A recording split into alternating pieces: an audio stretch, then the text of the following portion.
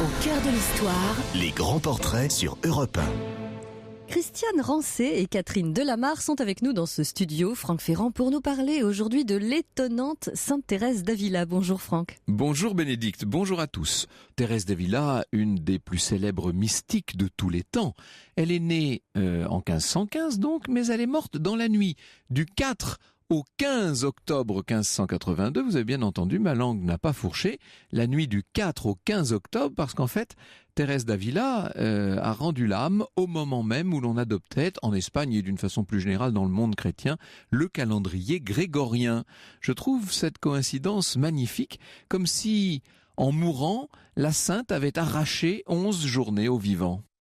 Et tout à l'heure, à la fin de l'émission, vous répondrez à la question de Julien qui se demande si les gens du Moyen-Âge avaient conscience de vivre au Moyen-Âge. La question de Julien, c'est celle de l'appellation des périodes historiques. Je me demande bien entre nous quel nom on donnera à notre époque dans le futur. Vous voyez que nous nous posons de grandes questions en ce début d'après-midi sur Europe 1.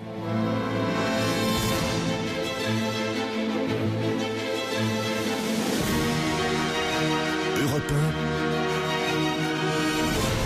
au cœur de l'histoire.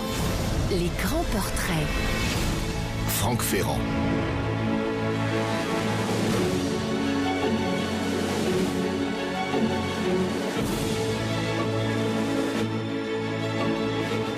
Pour moi, pour vous peut-être aussi, Thérèse d'Avila, c'est d'abord une sculpture. Et quelle sculpture, un des chefs-d'œuvre de l'art baroque, le chef-d'œuvre incontesté du Bernin. Il faut imaginer le marbre totalement transcendé, littéralement, et plus vous approchez de ce groupe sculpté, plus votre admiration croît. Il y a là comme un certain vertige et même un trouble. C'est que la religieuse, la carmélite qui se trouve là sous vos yeux, a la tête jetée en arrière, elle a l'air en plein orgasme, le corps saisi dans un mélange de félicité et de douleur. Eh bien, cette extase mystique que le sculpteur a si admirablement rendue, il semble bien que Thérèse l'ait vécue. Elle l'a vécue le 15 avril 1560, elle avait donc alors 45 ans.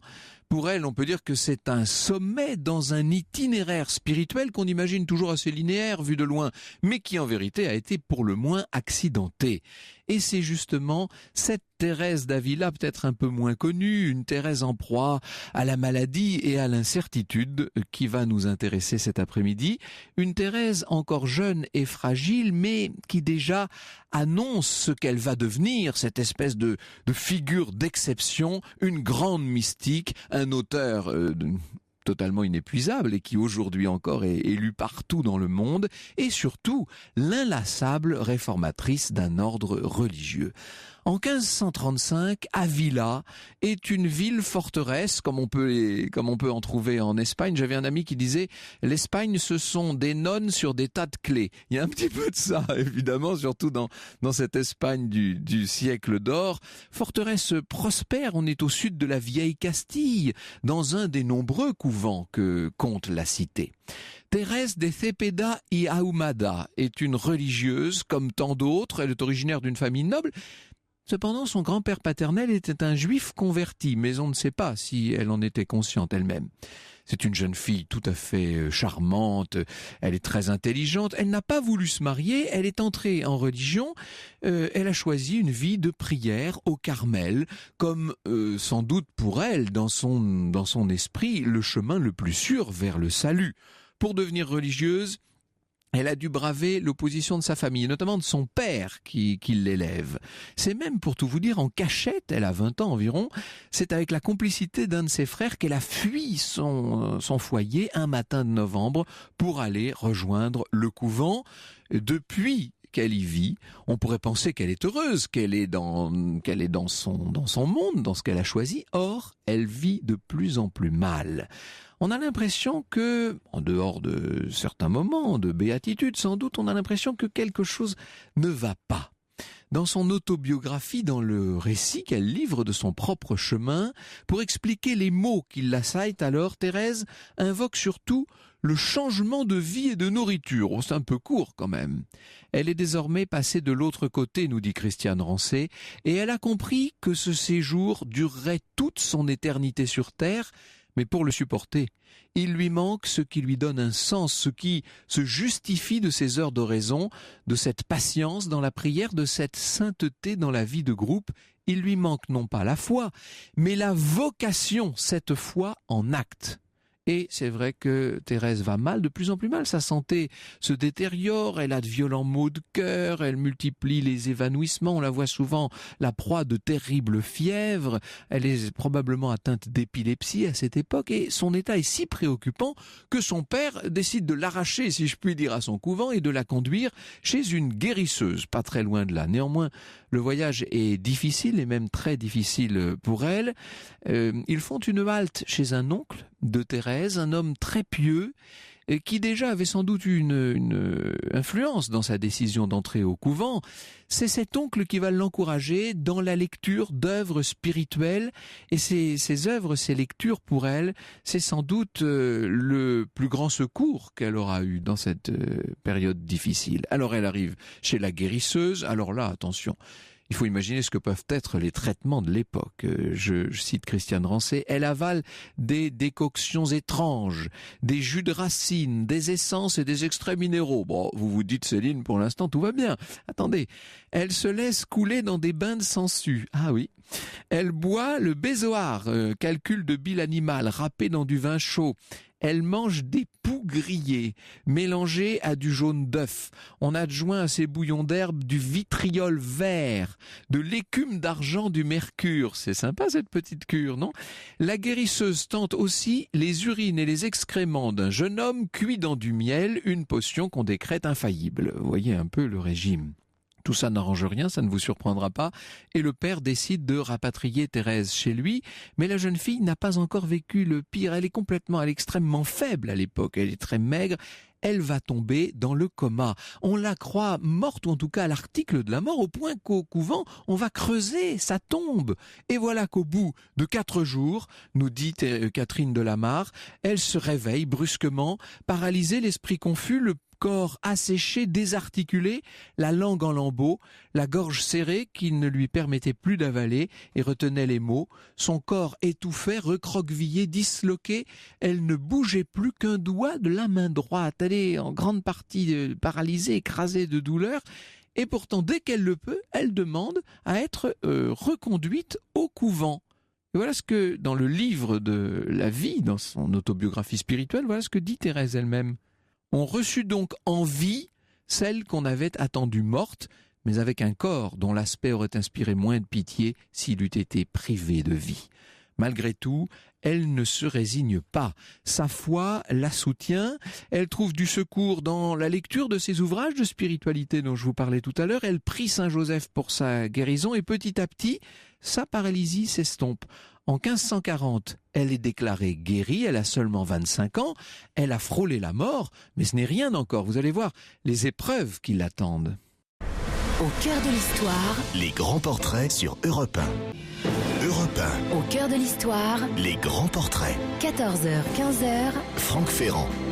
Et revenons avec vous, Franck Ferrand, à l'incroyable, l'étonnante vie et passion de la religieuse Thérèse d'Avila. Alors ce que j'aurais peut-être dû vous dire, c'est que lorsqu'elle était toute jeune, lorsqu'elle avait 13 ans, cette Thérèse était un petit peu frivole. Quand je dis frivole, c'est excessif, mais il faut imaginer une jeune fille jolie, vive, pleine de malice. Elle a compris qu'elle sait plaire.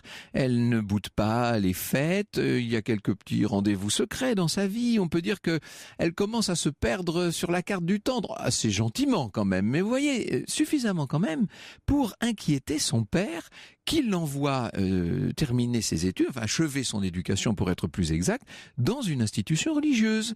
Cette adolescente, évidemment, Thérèse, beaucoup plus tard, la jugera avec une certaine sévérité.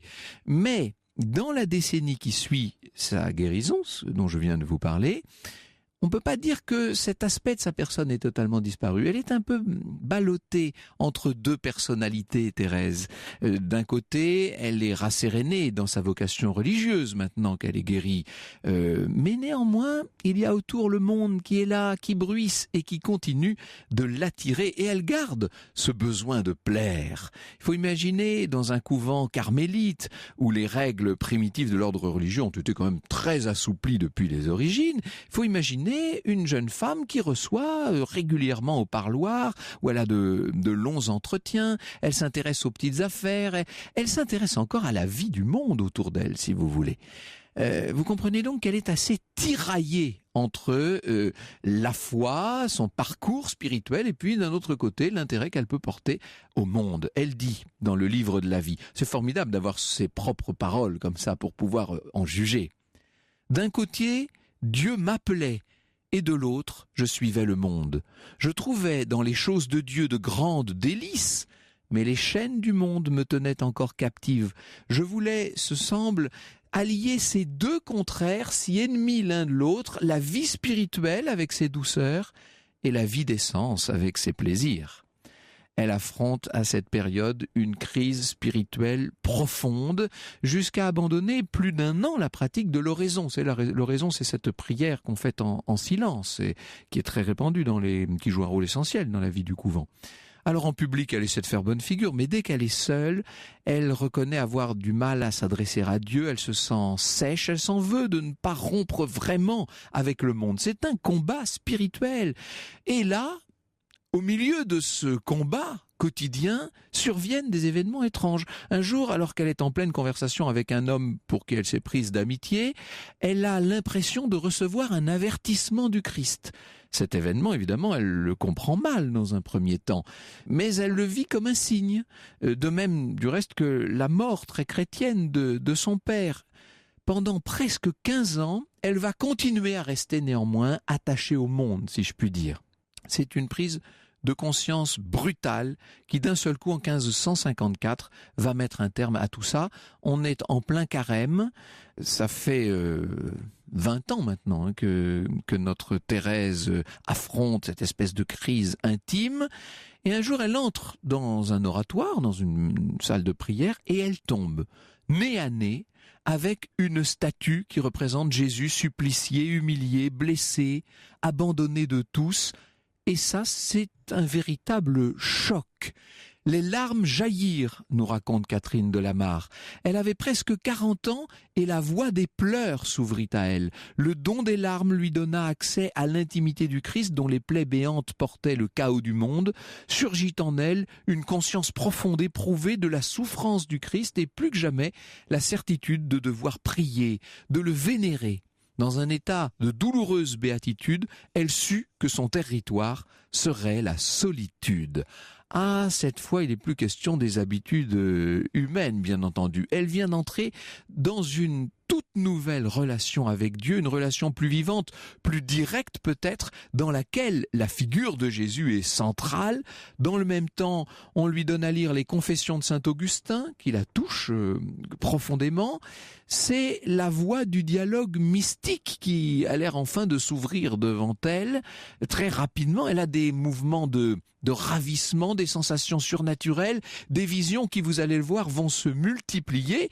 Mais face à ces phénomènes tout à fait déroutants, ces phénomènes impressionnants, la question qui se pose pour elle, bien sûr, mais aussi et surtout peut-être pour tous ceux qui l'entourent, c'est de savoir si tout cela vient de Dieu ou vient du diable. Europe 1, 14h-15h, au cœur de l'histoire, les grands portraits. Franck Ferrand. Et retour avec vous, Franck Ferrand, dans l'Espagne du siècle d'or pour parler de la spiritualité de Thérèse d'Avila. Et oui, vous avez raison de souligner cet aspect, parce qu'évidemment, on est en plein XVIe siècle dans une Espagne qui sort tout juste de la Reconquista, vous savez, de la reconquête chrétienne de toute la péninsule. Et à l'époque, évidemment, l'Inquisition est là qui veille. On soupçonne les musulmans, les juifs convertis d'être restés en secret fidèles à leur ancienne religion. Il y a cette réforme protestante qui pousse de partout, si je puis dire, et qui ébranle l'Église de Rome, ce qui fait que la surveillance, on va dire, est généralisée. Je vous parlais de l'Inquisition. L'Inquisition est particulièrement présente et puissante en Espagne. Vous savez, elle est là, elle est soupçonneuse. On est dans ce contexte d'ébullition religieuse. Il faut bien comprendre ça. D'ailleurs, ça n'est pas un hasard si l'époque est tellement riche en grands mystiques, du reste. On y reviendra tout à l'heure avec nos invités. Alors, peu avant que Thérèse commence à multiplier visions et extases, il faut savoir qu'une franciscaine, Magdalena de la Cruz, est devenue très célèbre dans toute l'Espagne pour les visions qu'elle avait, et finalement, elle a avoué que ces visions n'étaient qu'une imposture. Elle a été condamnée par l'Inquisition. Vous voyez le doute général. Et Thérèse, dans ces conditions, bien entendu, ne se sent pas du tout à l'aise avec ce qui est en train de lui arriver. Ces choses surprennent Thérèse en public à tout moment, nous dit Christiane Rancé. À la chapelle, dans l'oratoire, dans sa cellule, où elle geint et crie si fort qu'alertée, une moniale se précipite pour lui porter secours. Elle a peur du diable et tout autant d'être dénoncée par ses coreligionnaires qui assistent à ses débordements. Elle est malade d'angoisse à l'idée de chevaucher de démons décidés à livrer bataille à son âme et affectée par l'hostilité soudaine des religieuses. Les religieuses autour d'elle, on ne peut pas dire qu'elles soient forcément très bienveillantes. Il y a une certaine méfiance autour de Thérèse et des médisances, bien entendu. Et si après tout elle simulait, peut-être qu'elle se laisse abuser par son orgueil. On la sait un petit peu orgueilleuse, justement, quand je dis un petit peu. Avec prudence, Thérèse va chercher des guides spirituels.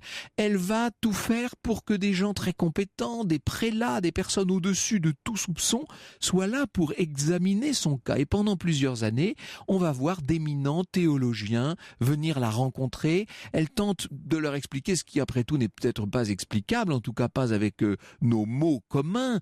Elle explique les espèces de paroles divines qu'elle reçoit, qu'elle ressent. Ces paroles sont parfaitement distinctes, peut-on lire sous sa plume dans le livre de la vie. Ces paroles sont parfaitement distinctes, mais on ne les entend pas avec les oreilles du corps. L'âme, néanmoins, les entend d'une manière beaucoup plus claire que si elle lui arrivait par les sens. Ça nous fascine, ça forcément, là il y a quelque chose. Alors elle doit évidemment se plier à toute la discipline, elle accepte les confessions, les exercices spirituels, même toutes sortes de mortifications. À l'époque, ça peut vouloir dire par exemple porter le cilice, vous savez, cette espèce d'instrument de torture, ces fils métalliques qui sont là et qui enserrent et mordent la chair. Et quand 2 de ses confesseurs arrivent à la conclusion que ces visions, ces extases sont probablement d'origine diabolique, elle est la première ébranlée, comme si elle n'était pas le coupable, mais la victime, vous voyez. Au fond d'elle, elle est de plus en plus certaine d'être bel et bien en dialogue, non avec le diable, mais avec Dieu. Pour elle, ça, c'est une nouvelle épreuve que lui apporte le monde, en quelque sorte. Mais là encore, elle se révèle solide. Elle fait preuve d'habileté, tout en se montrant tout à fait docile. On la voit qui tient à ses visions. Elle ne baisse pas les bras et peu à peu, elle arrive à convaincre les gens autour d'elle. Et les phénomènes mystiques vont s'intensifier. Pour elle, ce sont des confirmations à chaque fois, évidemment, de leur origine divine. Elle a des extases qui la saisissent sans qu'elle puisse y résister. Et puis, elle s'achemine vers ce sommet de l'extase en avril 1560, ce qu'on appelle la transverbération. Alors, difficile à expliquer la transverbération. J'ai presque envie de dire que la meilleure explication, c'est encore la statue du Bernin. C'est quelque chose d'un peu étonnant. Voilà ce que nous dit Thérèse elle-même. « Je voyais dans les mains de l'ange un long dard qui était d'or et dont la pointe de fer avait à l'extrémité un peu de feu. De temps en temps, il le plongeait, me semblait-il, au travers de mon cœur et l'enfonçait jusqu'aux entrailles. En le retirant, il paraissait me les emporter avec ce dard et me laissait tout embrasé d'amour de Dieu. » Voilà la transverbération. C'est l'expérience d'une douleur intolérable dans laquelle se trouve, en fait, au fond de laquelle, pourrait-on dire, se trouve un bonheur extrême. Ça apparaît comme un nouveau signe de ce qui sera regardé comme une union mystique avec Dieu. Désormais, on peut dire que Thérèse va témoigner de cela toute sa vie. Elle va en témoigner dans ses écrits, ça vous l'aurez compris, mais elle en témoigne aussi peut-être d'abord dans ses actes, avec tous ses couvents, toutes ces fondations qu'elle va faire pendant le restant de ses jours. N'oubliez pas sa devise, ir adelante, ce qui veut dire aller de l'avant. Bonjour Christiane Rancé, bonjour Catherine Delamarre, merci beaucoup d'être avec nous. Alors, j'ai pris un tout petit peu de retard avec mon récit, nous allons mettre les bouchées doubles pour essayer d'y comprendre quelque chose à cette extase mystique de Sainte Thérèse d'Avila. Au cœur de l'histoire, Les grands portraits sur Europe 1. Europe 1, au cœur de l'histoire, les grands portraits. 14h, 15h, Franck Ferrand. Pour nous, 1515, c'est d'abord l'avènement de François Ier et la bataille de Marignan, le 13 septembre, mais c'est aussi 1515, l'époque d'un grand bouleversement religieux, d'un grand bouleversement politique. L'Europe est en train de se chercher spirituellement, Christiane Rancé. Oui, c'est le premier siècle de l'époque moderne, c'est la fin du Moyen-Âge, d'une société tout à fait immobile, dominée par la foi catholique, avec le pape et le Vatican qui déterminent, qui adoubent les rois, qui les sacrent, et brusquement il y a ce grand craquement qui vient de plusieurs événements qui se passent. D'abord cette découverte de l'Amérique qu'on appelle les Indes à l'époque, qui va créer cette dilatation géographique. On a ensuite un individu qui est François-Xavier le jésuite qui décide, lui, qui va au Japon, donc il y a cette espèce d'énorme dilatation de l'espace.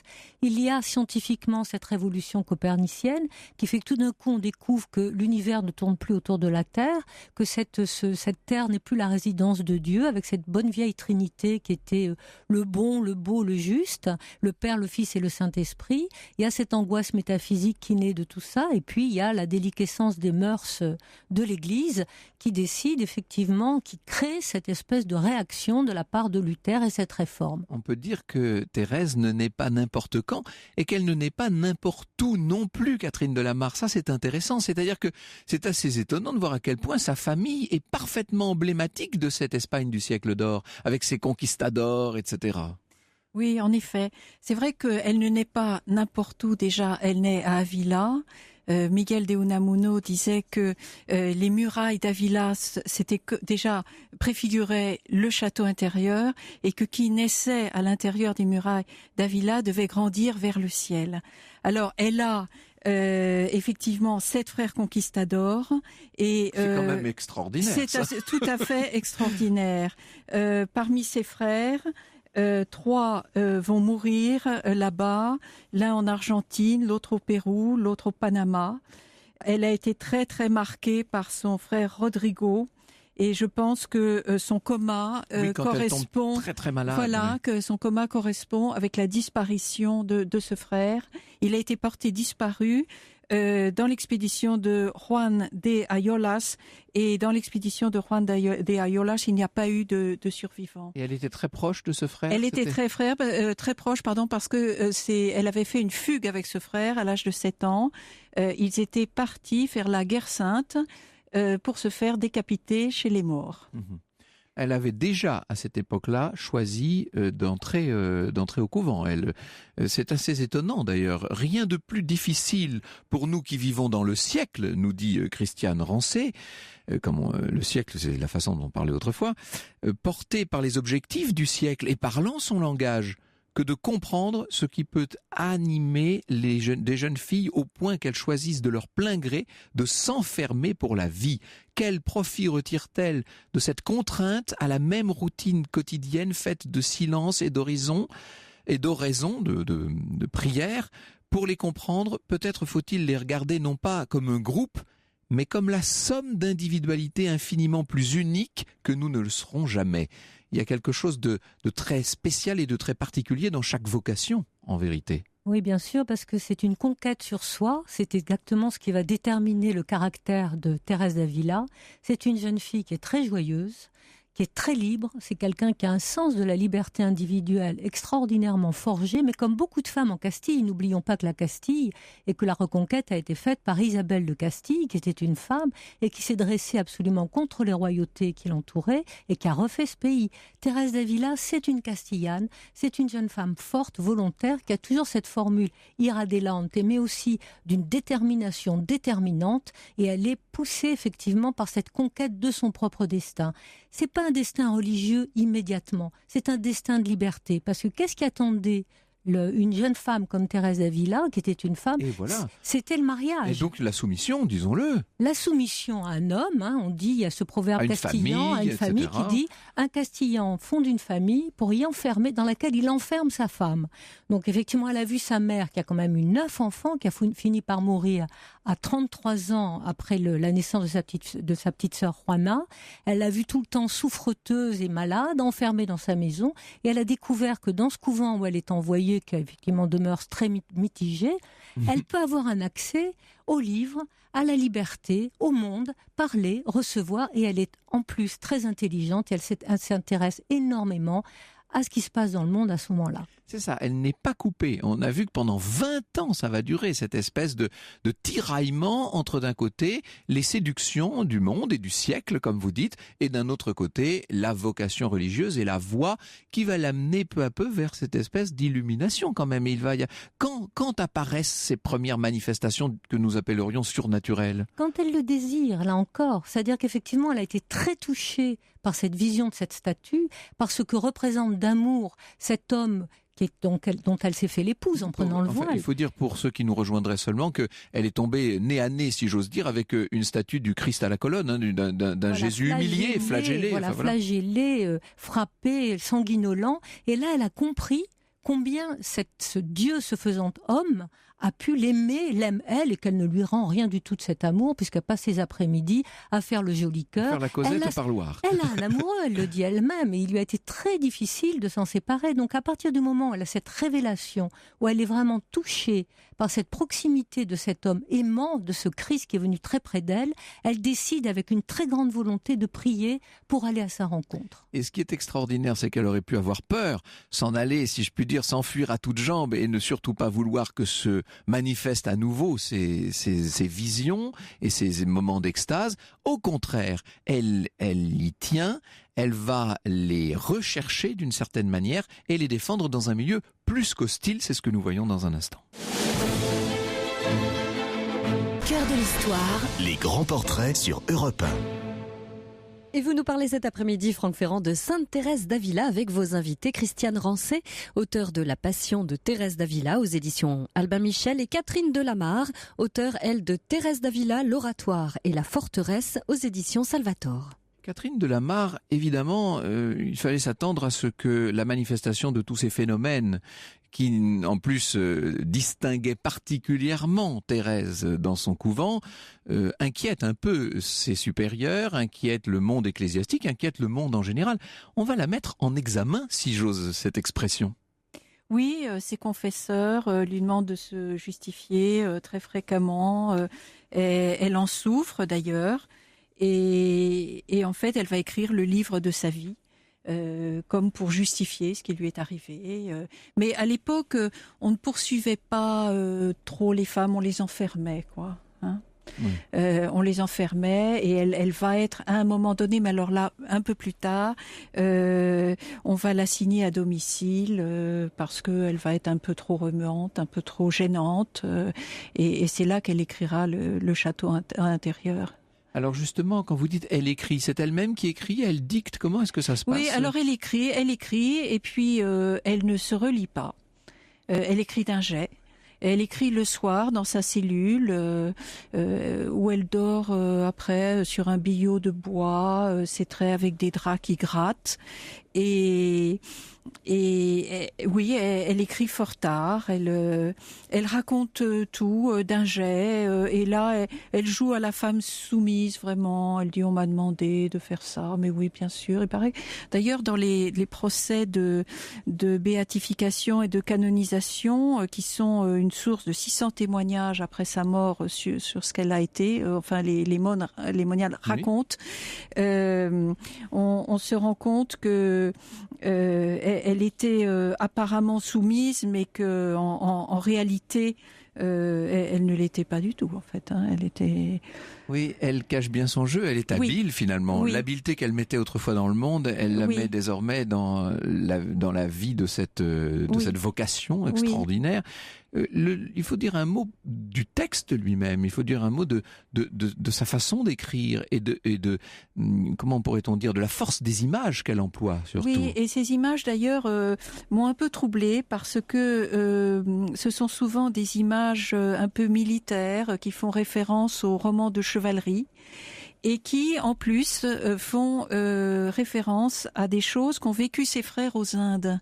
Par exemple, elle compare les contemplatifs à des porte-étendards, et on se rend compte qu'un de ses frères était porte-étendard à Iñárritu et qu'il a défrayé la chronique à l'époque parce qu'en pleine bataille, il a lâché l'étendard et le cheval est parti au galop. Et ça ne se fait pas du tout. Et elle a reparlé après de cette histoire d'étendard comme pour redorer au fond le blason de son frère. C'est très intéressant cette dimension biographique et familiale que vous donnez aux personnages. Disons que oui, ça ouvre des perspectives. Ça l'enracine et ça la rend peut-être un peu plus humaine face à des phénomènes dont le moins qu'on puisse dire et qui n'ont rien de très humain. À quoi ressemblent les extases de Thérèse d'Avila, Christiane Rancé? Ça, c'est indicible parce qu'il faut les avoir vécues pour les comprendre. Mais effectivement, il faut admettre que c'est une femme qui tout d'un coup entre en elle et rencontre effectivement la vision de Dieu. Donc seuls ceux qui ont pu faire ce voyage et avoir ces visions peuvent le comprendre. Mais j'aimerais, moi, ce qui m'a vraiment passionnée chez cette femme, ce que je trouve extraordinaire chez elle, c'est tout d'un coup cette espèce de jet d'écriture qu'elle n'a pas dans le livre de la vie. Le livre de la vie, on lui demande de le rédiger. Elle est contrainte, c'est parce que d'abord, le siècle veut faire des saintes. Il faut savoir qu'on est dans un pays où tout d'un coup il y a une espèce d'exaspération religieuse. L'Espagne, Philippe II veut absolument donner l'exemple de la ressaisie du catholicisme contre la réforme luthérienne. Donc on va se servir effectivement des femmes, on va leur demander d'être des saintes, et être des saintes pour des femmes, une fois qu'elles sont au couvent, c'est par la prière. Elle, effectivement, elle a ces débordements qui troublent un petit peu et qui sont surtout très mal vus par ses contemporaines, tout simplement parce qu'il y a ces monastères mitigés qui sont en fin de compte des espèces de pensionnats, notamment en Andalousie, où on fait carrière, on rentre dans les ordres avec son titre, avec ses domestiques, avec son rang, avec ses biens, et elle va se démarquer totalement en appelant à la pauvreté, en s'habillant comme une pauvresse, en demandant qu'il n'y ait aucun signe extérieur de richesse, et elle va rentrer effectivement dans cette oraison.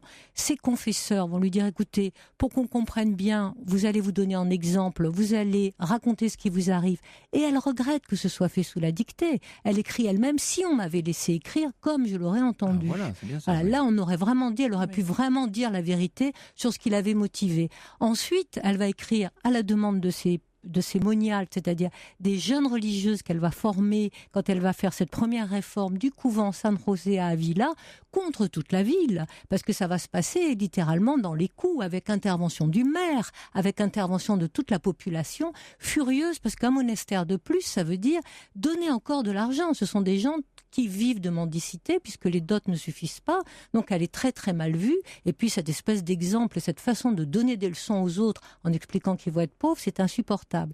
Et puis un jour, effectivement, elle va être tellement possédée d'une certaine façon, dans le bon sens du terme bien sûr, par cette immense expérience mystique qu'elle va décider de l'écrire. Et là, elle va écrire, il y a une sœur qui rentre dans sa cellule à ce moment-là, le visage incandescent, dans une espèce de fougue, de jet extraordinaire, et ça va donner ce chef-d'œuvre de la littérature qui s'appelle Le Château intérieur, et qui est un chef-d'œuvre. Qui n'est pas loin d'une révélation. Oui, mais en même temps d'un immense, il faut le dire aussi, c'est un immense écrivain. C'est pas un hasard si aujourd'hui elle est rentrée dans la Pléiade. Ça n'est pas un hasard si tout au long de l'histoire de la littérature, elle a été reprise par les plus grands écrivains, simplement. Oui, sa postérité est incroyable. Incroyable. Voilà, Paul Verlaine va parler d'elle, oui. Pierre-Jean Joux va parler d'elle, Sioran, le grand philosophe du désespoir, s'en inspire, Bergson, n'en parlons pas, mais c'est aussi Simone de Beauvoir, qui est quand même un écrivain de la condition féminine, qui va s'appuyer sur elle, comme Marguerite Yourcenar ou Marguerite Duras. C'est intéressant cette dimension condition féminine qui vous a beaucoup intéressé dans le personnage, évidemment. Ah ben bien sûr, moi il y a deux choses qui m'ont passionnée, mais vraiment dans le personnage de Thérèse d'Avila, c'est d'abord cette façon de passer au-dessus, de ressaisir son destin. C'est une femme, mais elle va être d'une virilité extraordinaire dans sa décision. Elle va quand même réformer un ordre contre tout le monde. Elle va même réformer l'ordre des hommes. C'est-à-dire qu'elle va appeler à elle Jean de la Croix, c'est-à-dire qu'on va venir la voir et elle va dire bon, mais j'ai réformé les monastères de femmes, mais aussi d'hommes. Et c'est les premiers carmes des chaussées qui vont être créés grâce à Thérèse d'Avila. Et elle va parcourir le monde à une époque où prendre la route pour une femme, c'est extrêmement mal vu. C'est-à-dire que on parle de sa postérité, mais il y a aussi son rayonnement de son vivant. Ça a été immense, Catherine Delamarre. Oui, son rayonnement très très grand, puisque à la fin de sa vie, quand elle apparaissait, les gens escaladaient les murs, les fenêtres, enfin ils étaient tous aux fenêtres. Enfin, elle a eu à la fin une très grande postérité et elle disait que sa notoriété, ça lui était égal, que tout ça c'était des tours de vent, comme on dit en espagnol, c'est-à-dire torres de viento, c'est-à-dire c'était rien du tout, c'était des châteaux de cartes. Et justement pour ce féminisme à l'intérieur des couvents, quand on lit les procès de béatification, on se rend compte à quel point il y a une solidarité et à quel point il y a des drames à l'intérieur des couvents. Il y a l'histoire d'une fille qui a perdu la parole parce qu'on l'a empêchée d'épouser l'homme qu'elle aimait et elle est morte d'un chagrin d'amour. Il y a une petite fille de 12 ans qui fait mine de chercher du bois et qui s'accroche à la croix en disant qu'elle veut être moniale. Il y a des femmes qui se déguisent en hommes pour échapper à leurs parents qui rejettent leur vocation. Il y a une femme qui a la lèpre et qu'elle soigne tout en connaissant les risques de contagion. Et en fait, il y a une très grande solidarité presque secrète à l'intérieur de ces couvents. Et je me demande parfois si le vrai féminisme, enfin si en tout cas un des aspects les plus important, disons, du féminisme de Thérèse d'Avila ne se trouvait pas dans les murs, avec ses histoires secrètes. Elle-même, dans le secret des couvents. Dans le secret des couvents, elle-même avait souffert de la répression de son père quand effectivement elle s'intéressait un peu trop aux jeunes gens. Il y avait un autoritarisme terrible. Les femmes de l'époque... Oui, c'est ce qu'on disait tout à l'heure sur le couvent comme source de libération d'une certaine manière, enfin toute relative néanmoins. Ça peut se voir comme ça, d'après les témoignages. D'émancipation, en tout cas. D'après les témoignages, oui. D'abord parce que les petites filles n'ont pas le droit d'apprendre à lire et à écrire. Il faut quand même le remettre dans le contexte. Thérèse a appris par-dessus l'épaule de ses frères.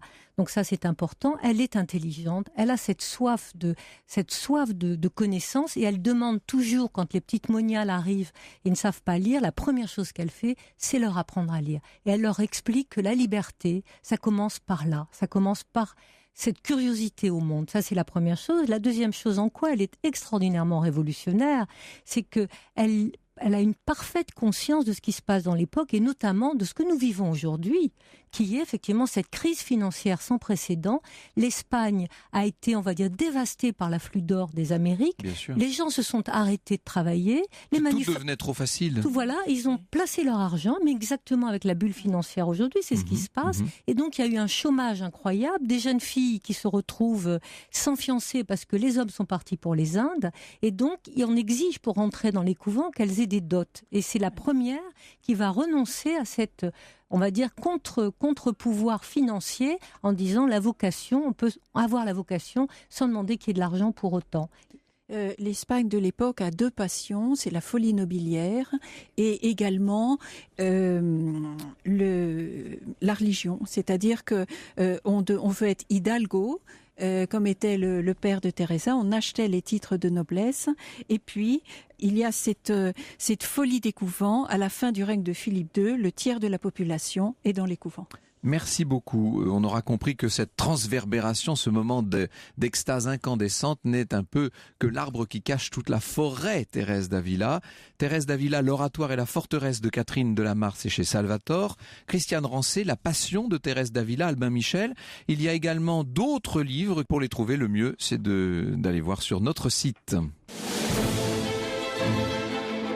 Et dans un petit instant, Franck Ferrand, vous répondrez à la question de Julien, envoyée via le site internet d'Europe 1, europe1.fr. Il vous demande si les gens du Moyen-Âge avaient conscience de vivre au Moyen-Âge. Europe 1, au cœur de l'histoire. Retour aux origines. Et vous répondez cet après-midi, Franck, à la question de Julien, qui nous a envoyé via notre site europe1.fr. Il vous demande si les gens du Moyen-Âge avaient conscience de vivre au Moyen-Âge. Qui a donc baptisé les grandes périodes de l'histoire et puis de quand ça date ? Alors c'est une bonne question parce qu'effectivement toutes ces appellations sont toujours postérieures naturellement. Quand on parle de l'Antiquité, c'est une notion qui ne naît qu'au début et même en fait au milieu du XVIe siècle, qui prend en tout cas son sens historique pour désigner cette très longue période qui vient de plusieurs siècles avant notre ère jusqu'en 476, qui est la date retenue de manière unanime par les historiens, comme le 476, c'est la chute de l'Empire romain d'Occident, et c'est la fin de l'Antiquité, le début du fameux Moyen-Âge, qui va s'achever lui-même avec la chute de Constantinople en 1453. Alors, depuis quand est-ce qu'on parle du Moyen-Âge ? Eh bien, on en parle depuis la fin du XVIIe siècle en fait, et la notion va se populariser, va se développer au XVIIIe et encore au XIXe siècle. Pourquoi Moyen-Âge ? Parce qu'on est entre l'Antiquité et la Nouvelle Antiquité, c'est-à-dire la Renaissance, qui commence donc au XVe siècle et qui s'achève, vous savez, à la fin du XVIe siècle, ce qui signifie, entre parenthèses, qu'on considère le Moyen-Âge comme une espèce de très longue période de transition, ce qui est assez injuste et probablement assez faux. Alors la Renaissance elle-même, elle s'achève, je vous dis, à la fin du XVIe siècle. Ensuite, ce sont les temps modernes. Alors est-ce que les temps modernes s'arrêtent en 1789, comme on le disait quand moi je faisais mes études, ou en 1870, comme on le dit maintenant ? Il faut peut-être évoluer avec son temps. Ce qui m'intéresserait, c'est de savoir quel nom on donnera un jour à notre époque. Ça, c'est la question qui concernera les historiens du futur. Mais après tout, les paris sont ouverts et chacun peut trouver un nom. À mon avis, ce ne sera pas forcément très flatteur.